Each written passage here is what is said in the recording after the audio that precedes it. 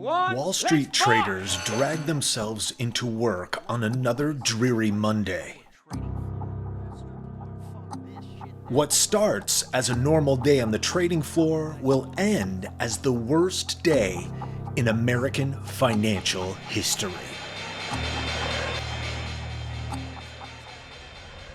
Good evening, everyone. The law of gravity hit Wall Street today, and financial markets around the world for that matter, as stock prices plunged even more than they did on Black Tuesday of 1929.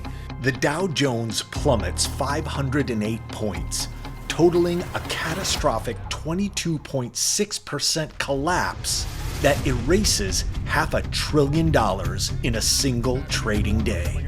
Breaking news from Wall Street, a steep drop in the stock market today. The Dow is down just a little less than 800-point range. What the heck is going on down here? I don't know. Fear came back into the market in a very big way.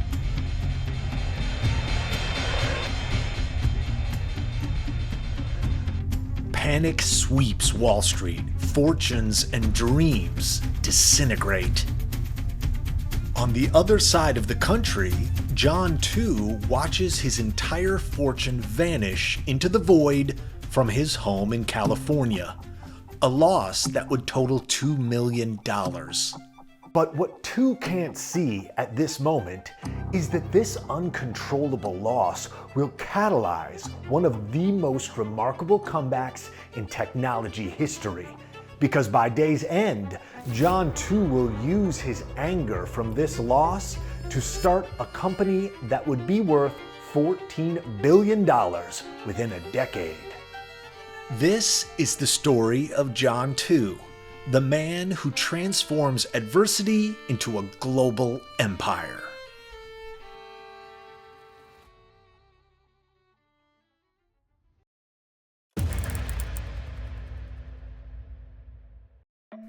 John II enters the world as the son of a nationalist government official and is born into a nation convulsing with civil war. By 1945, the Tu family flees to Shanghai to escape the conflict. But just 2 years later, as the communist forces advance towards the coast, they escape again, but this time to Taiwan.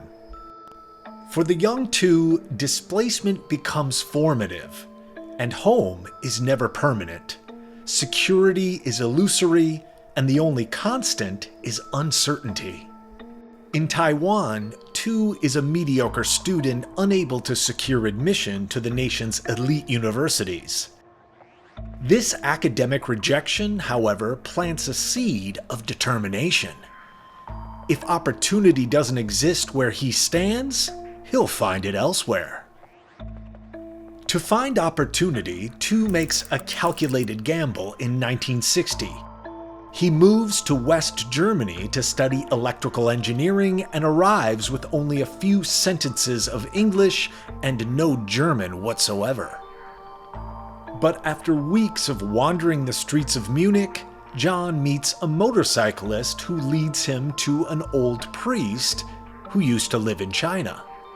Finally able to communicate with someone, the priest then directs him to a language school. But John soon encounters yet another hurdle when he discovers that German law mandates a 2-year apprenticeship before engineering studies can begin.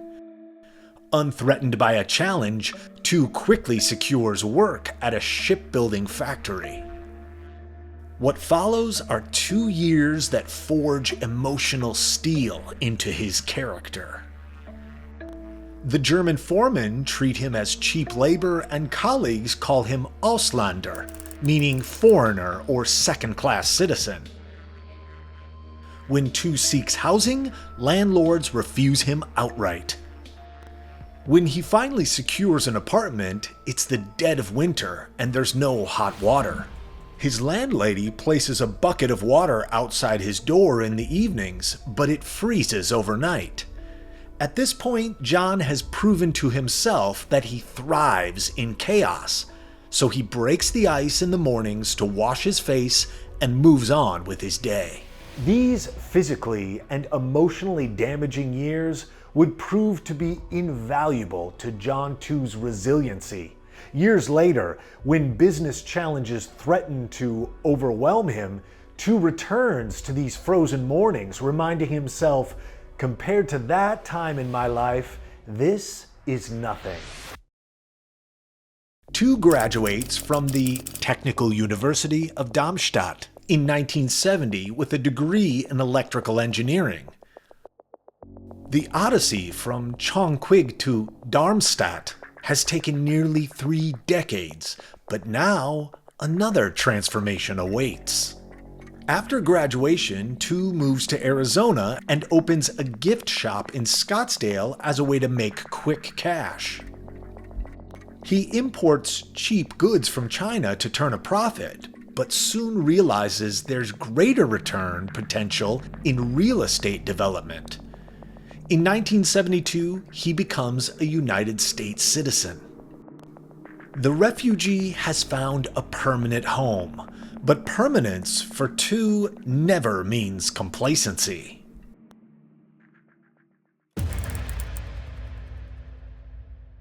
John Two soon finds himself in Los Angeles, where he meets David Sun, an engineer at the electric components company Alpha Micro Systems.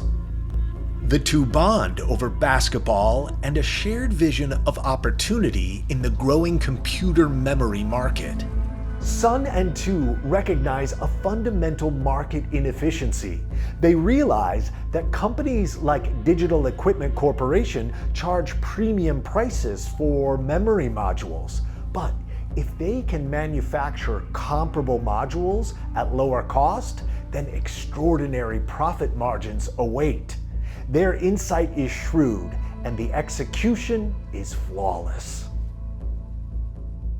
In 1982, Two and Sun co-found Kingston to manufacture semiconductor components designed to work seamlessly with DEC machines. Their product performs identically to the original equipment manufacturer's offering, but costs significantly less, and the market enthusiastically responds. 4 years later, in 1986, AST Research acquires Kingston for $6 million. Two's stake is worth approximately $2 million at the time. After years of hardship and dedication, John Two is a wealthy man for the first time in his life. The frozen mornings in Germany feel like ancient history, and the years of struggle have yielded their reward. Two has arrived. But if John Two has learned anything, it's to never get too comfortable in life. He might not see it now, but his greatest test lies just around the corner.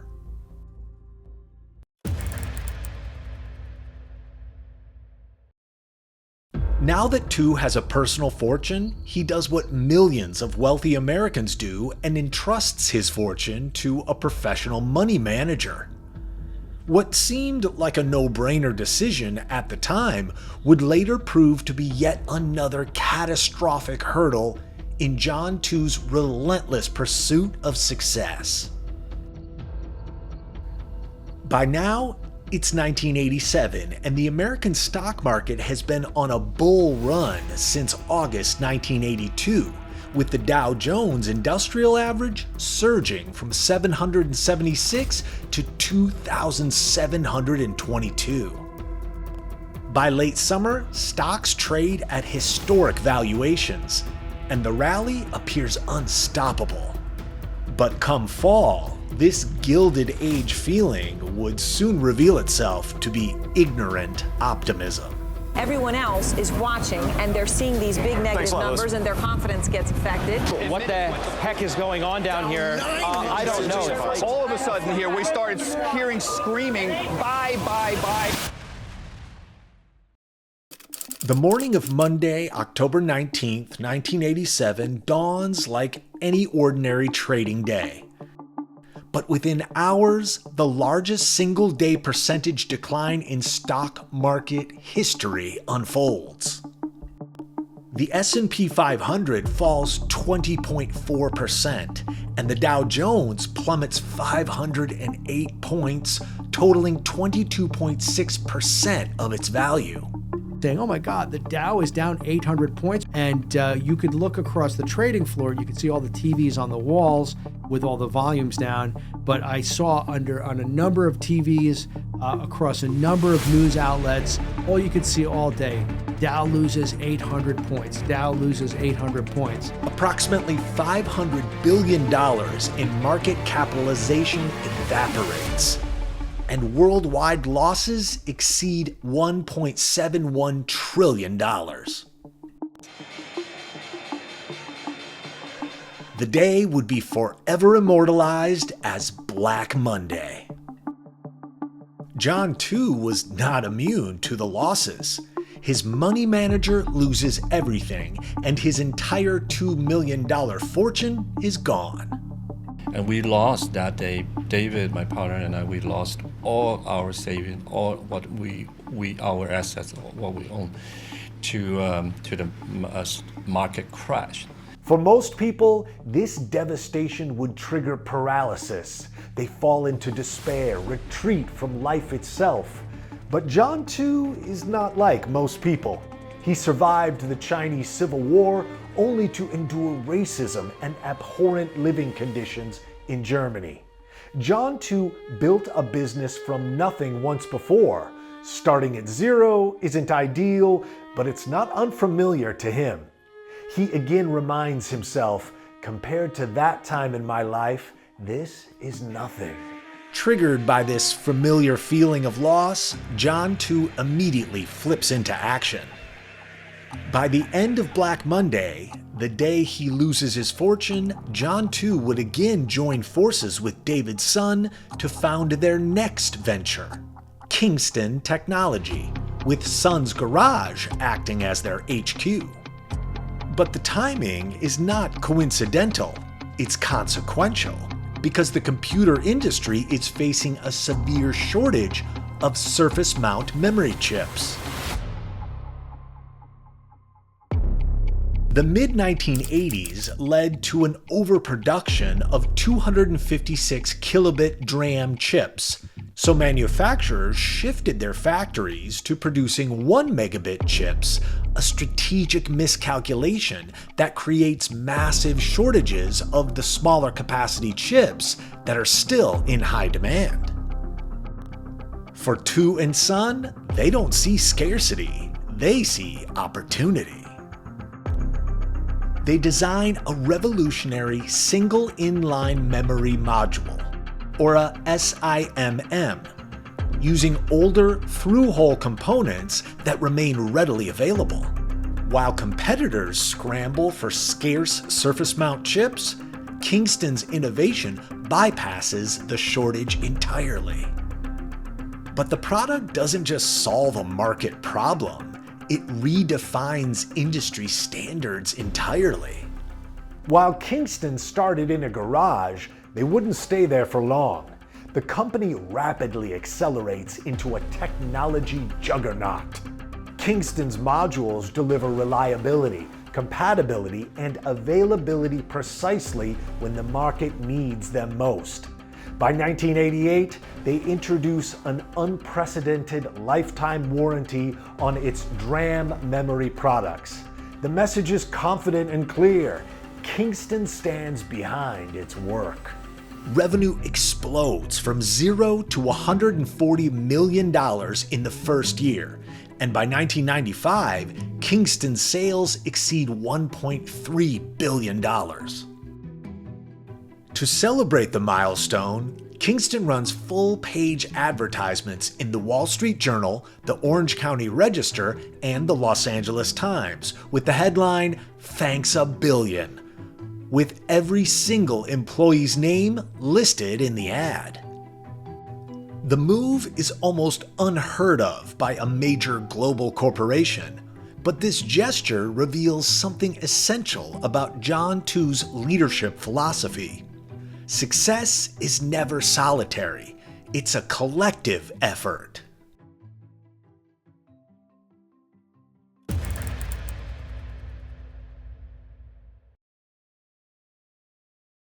The following year, on August 15, 1996, SoftBank Corporation of Japan, who was the world's largest publisher of computer-related content and distributor of software at the time, acquires 80% of Kingston Technology, with the ticket price totaling $1.5 billion.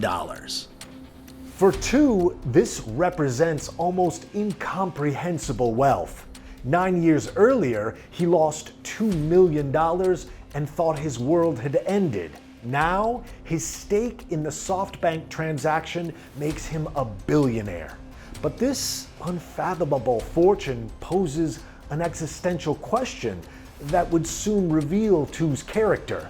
Kingston employs 550 people, and these individuals built this empire alongside him. They believed in the vision when it existed only in a garage, executed it flawlessly when competitors faltered. For Tu, the answer is straightforward, and loyalty demands recognition. To honor their loyal team, on December 14, 1996, Tu and Son allocate $71.5 million of the SoftBank proceeds to employee bonuses, with the average bonus per employee being $130,000. I'm so happy. Just thank him from the bottom of my heart. The announcement creates a media sensation that dominates news cycles through the 1996 holiday season, appearing on every major American network and international outlets. The generosity is unprecedented in the technology industry, one that's not necessarily renowned for such gestures. But what critics don't understand is that the move is as much about strategy as it is about generosity. Tu and Son know that Kingston's competitive advantage lies not in patents or proprietary technology, but in its people, and the bonus cements their loyalty. It reinforces culture and collective effervescence. It sends an unmistakable message that at Kingston, employees are stakeholders, not expenses. How do you respect? What is the value, core value of you, that you give it to the people, so they feel that they are part of this. They feel like being respected. They feel they come to the work every day, and then they feel happy just to come and to work there. So I attribute to the people, and that's definitely the success for any organization, I think. While the SoftBank acquisition was a glowing success, it surprises industry analysts. Tu and Son had been notoriously financially conservative. They didn't take bank loans or pursue venture capital when building Kingston. So why did they decide to sell now? The answer lies in SoftBank's formidable distribution channels in Japan, a market where Kingston has virtually no presence. Tu and Son see the acquisition as a gateway to international expansion. They see it as a mechanism to accelerate Kingston's global footprint. What's more, under the transaction's terms, Tu and Son remain in operational control, meaning they've sold equity, not autonomy.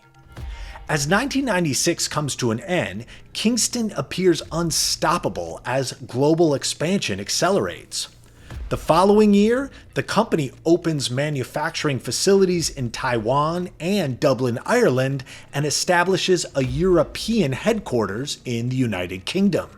From the outside, the SoftBank deal looks like a masterstroke.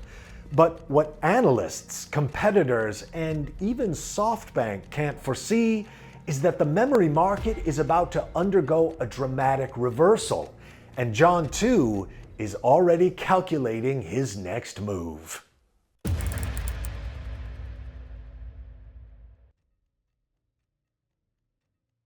Since Kingston's inception, John Tu establishes a culture built on respect, loyalty, flexibility, and integrity. But these aren't just corporate platitudes. their operational principles for two. To keep in line with these principles, he runs the company from a cubicle on the sales floor and not from an executive suite or his home in Orange County. The proximity to his team is intentional. He wants to hear customer conversations. He wants to feel the pulse of daily operations, because for two, leadership isn't about elevation. It's about engagement and employee investment. I would attribute to what our longevity, we're still here up to 25 years, and to the people who work as a team, who day in, day out, and is thinking about what they should not be doing, what is best for the company. John Two's people-first approach also bleeds into his and David Sun's operational decisions at Kingston as well. While competitors sample test their output, Kingston's quality assurance department implements 100% individual product testing, meaning they examine every single unit in-house. The unconventional approach is expensive, but worth the investment when it proves to be devastating to competitors. This obsession with quality stems directly from Two's Germany experience. The German foreman who treated him as cheap labor, who demanded perfection while offering no respect, they taught Two an inverted lesson: that quality earns respect, respect earns loyalty, and loyalty builds empires. In 1998, Kingston makes Fortune magazine's list of 100 best companies to work for, and the company would go on to win this recognition for 5 consecutive years to follow. But the accolades aren't accidental. They're the direct consequence of Two's foundational belief that if you take care of your employees and vendors, they will take care of your customers and thus take care of your profits. This formula of outstanding relationships and quality products becomes pivotal in Kingston's success. But as the 1990s draw to a close, the technology landscape undergoes seismic shifts when the dot-com bubble inflates to unprecedented proportions and internet companies with no revenue command billion-dollar valuations.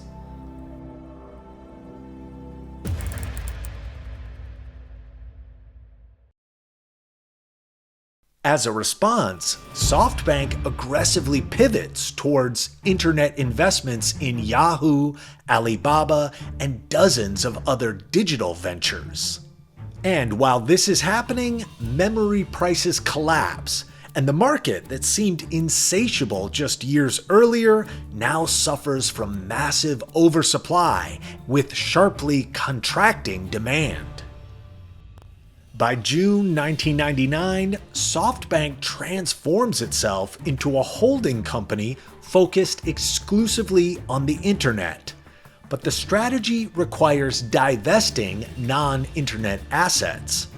To do this, SoftBank approaches Two and Son with a full-circle proposition to buy back Kingston. The formidable duo accept the deal and repurchase the $1.5 billion 80% stake SoftBank bought just 3 years earlier for only $450 million. While industry observers view this transaction as a catastrophic loss for SoftBank, who sold the company for 30 cents on the dollar, John Two sees something entirely different. He sees opportunity. His frozen mornings in Germany taught him to endure. Black Monday taught him to rebuild. And the SoftBank sale taught him patience.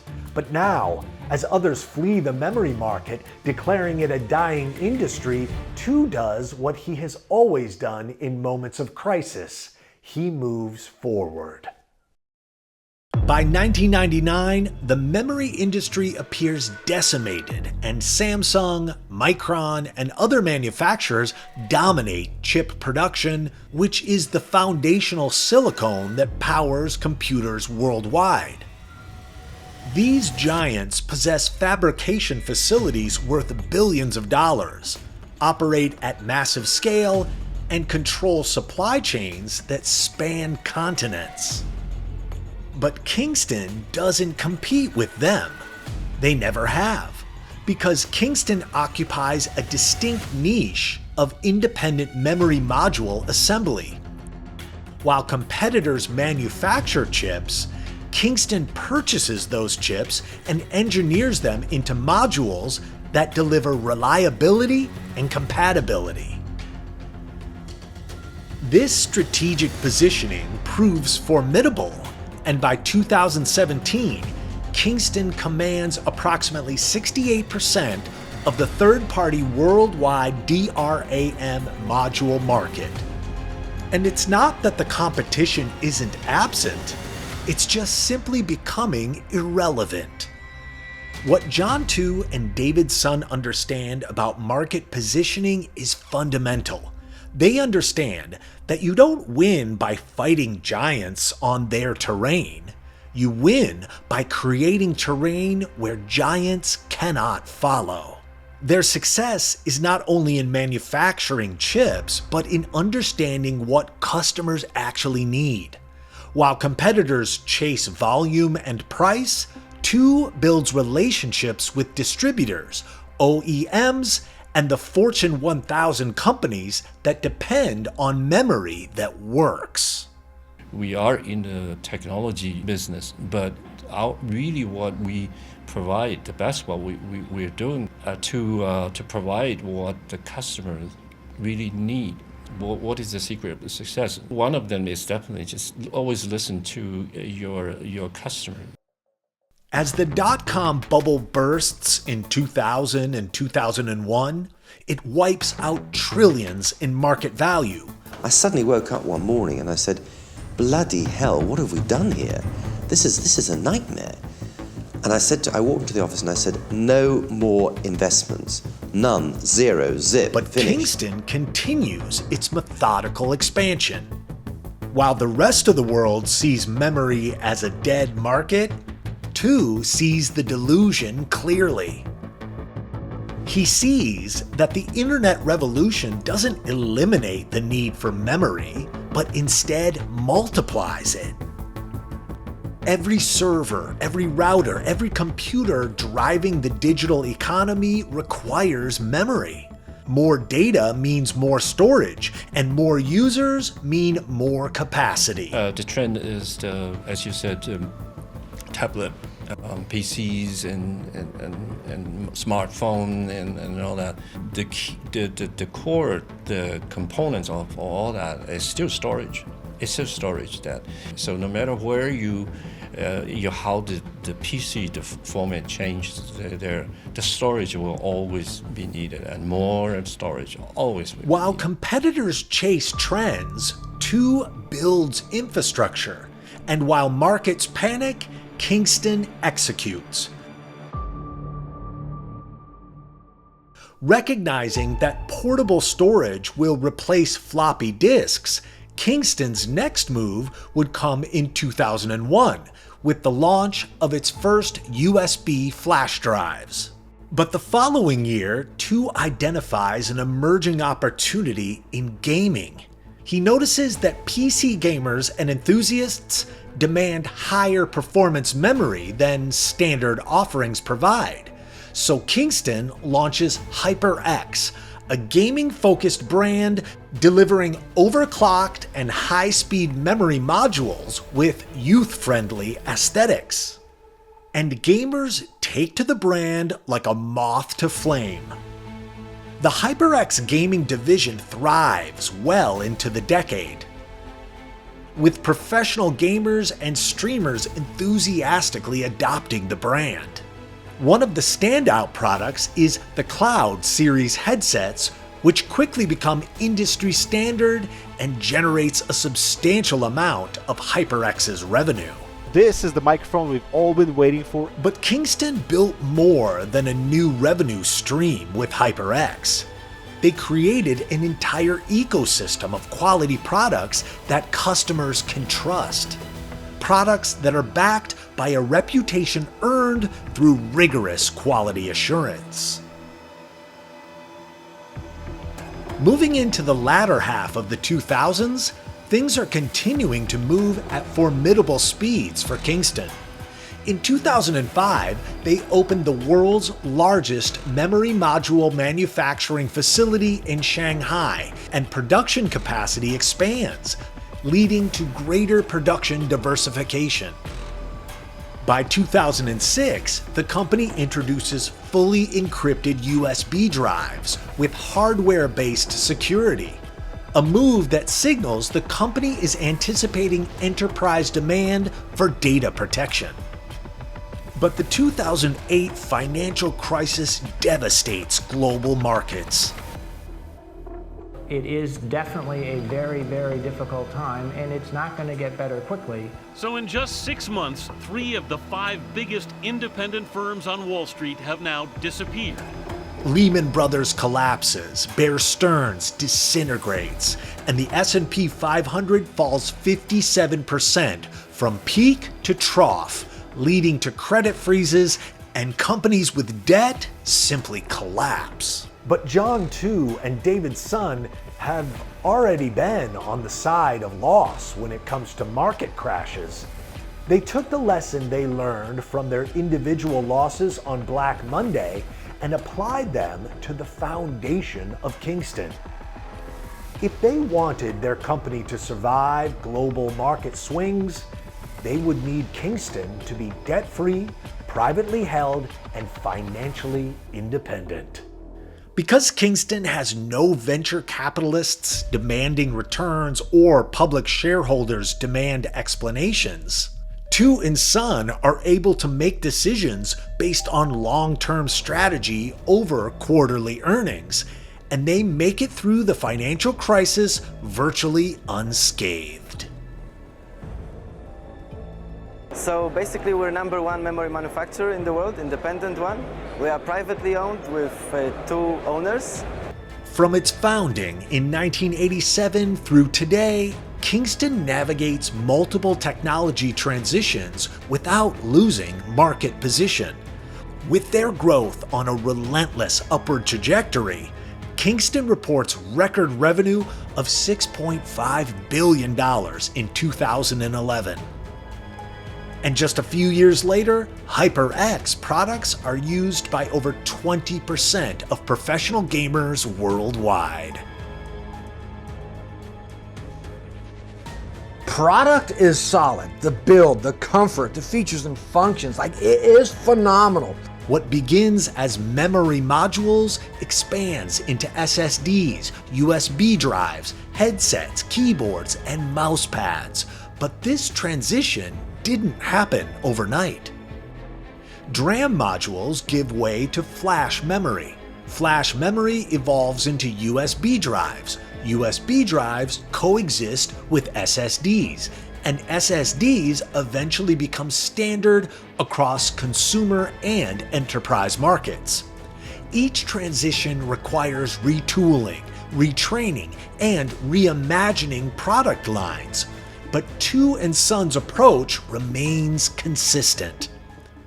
They identify emerging needs, deliver reliable solutions, and maintain quality standards that competitors simply cannot match.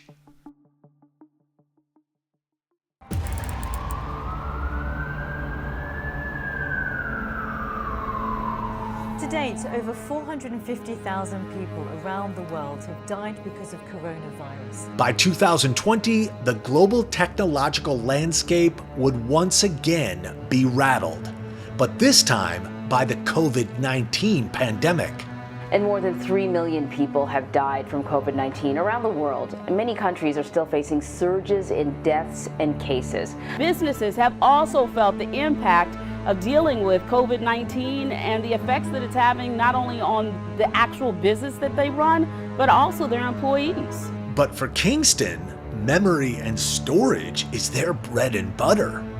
This unprecedented era disrupts global supply chains and forces businesses worldwide into remote work configurations. As organizations upgrade infrastructure to support distributed workforces, demand for memory and storage explodes. With manufacturing facilities across the United States, United Kingdom, Ireland, Taiwan, and China, the company manages to maintain supply continuity, and they report sales revenue that year totaling $15 billion, which is more than double their 2011 record. Kingston can't slow their growth even if they wanted to. So when HP approaches John II and David Sun with an acquisition offer in 2021, the duo is forced to make yet another strategic calculation. HP offers Kingston $425 million for a piece of the HyperX gaming division, but the terms are specific. They only want the gaming peripherals like the headsets, keyboards, mouse pads, USB microphones, and console accessories, leaving Kingston with all DRAM, flash memory, and SSD products, including those marketed to gamers under the HyperX name. By this point, loss at the height of success is a recurring theme for John II. But once again, industry observers question the transaction. Why do they want to sell now? What these observers hadn't yet learned about II is that there's always a method to his madness. He doesn't make a decision without taking every controllable and uncontrollable factor into account. In II's eyes, the gaming peripherals market requires constant innovation in categories that reach beyond Kingston's core competency. He accepts that competing with established players like Razer, Logitech, and Corsair will demand resources that could better be deployed elsewhere. With HP's global distribution reach, they can scale the HyperX Peripherals brand more effectively than Kingston can, thus allowing the company to refocus on what it does best, its memory and storage solutions. The $425 million sale represents pure profit from a successful division that unfortunately diverted attention from Kingston's foundational business that potentially could have led to instability long term. With John II's legacy built on calculated risk over risky profit, the sale of HP comes to a close in June 2021, and Kingston rebrands its gaming memory products as Kingston Fury. The company maintains its position in the high-performance memory market while shedding peripheral manufacturing complexities. This transaction demonstrates something essential about II's leadership philosophy. He knows what to keep is as important as knowing what to let go of.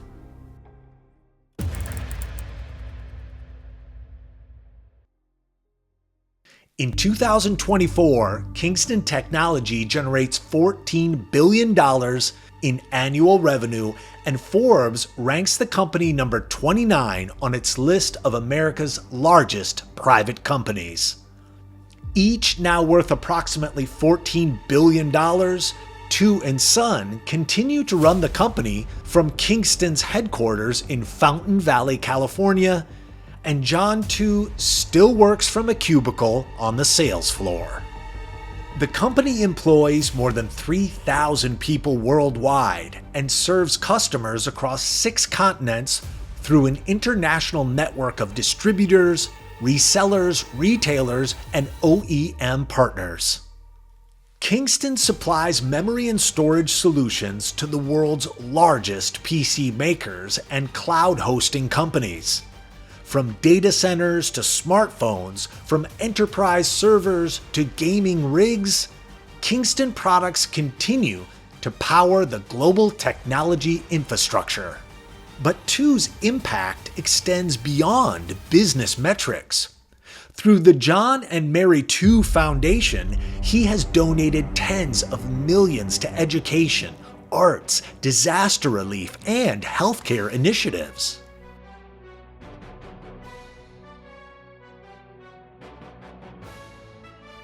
In 2011, he donated $1.2 million to UC Irvine that helped provide every first-year medical student with an iPad. And during the COVID-19 pandemic, he contributed $2.5 million to UC Irvine Health for patient care and research. John is also the primary benefactor of the Freedom Writers Foundation, an initiative that supports disadvantaged students. When he's not running a global technology behemoth, TWO plays drums in his band called JT and California Dreamin', and they perform at charity events throughout Southern California. John TWO possesses a rare trait for a billionaire CEO, and that's empathy. He has been through struggle and knows that life isn't fair, but he's doing what he can to make that unfairness a little easier for those experiencing it now. John TWO never attended elite universities. He worked as cheap labor. He failed at a gift shop. He lost his first fortune to a stock market crash. On paper, every conventional metric suggested he was poorly positioned for success. Yet these experiences provided something irreplaceable. They provided context to his resiliency. When business challenges arise, TWO possesses a measuring stick most entrepreneurs lack. He's endured frozen water over running water, discrimination, and starting over with nothing again and again. TWO's legacy extends beyond memory modules and balance sheets. He has proven that immigrant success doesn't require venture capital, that employee loyalty generates returns no algorithm can calculate, and that long-term thinking defeats short-term optimization. From frozen water to $14 billion, some stories demand to be told. But the question TWO's story poses to every entrepreneur is simple. What's your frozen water? What hardship have you endured that makes current challenges manageable? Because if you cannot answer that question, you have not yet been tested.